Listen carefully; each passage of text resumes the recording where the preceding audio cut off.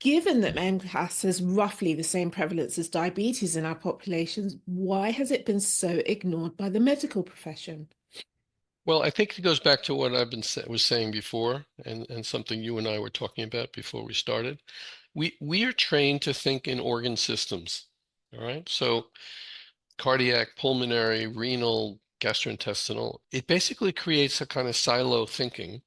And then what's happened, certainly in the US, that has exploded into all these specialties and subspecialties. So these days, you go to a primary care and you complain of coughing, they were likely going to refer you to pulmonary or, chest pain to cardiac.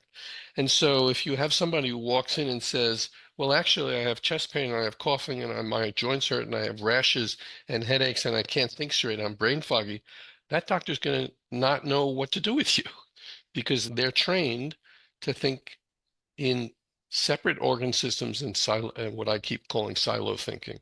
And it's very sad. And internal medicine training used to be full body training, not silo, and that's just changed.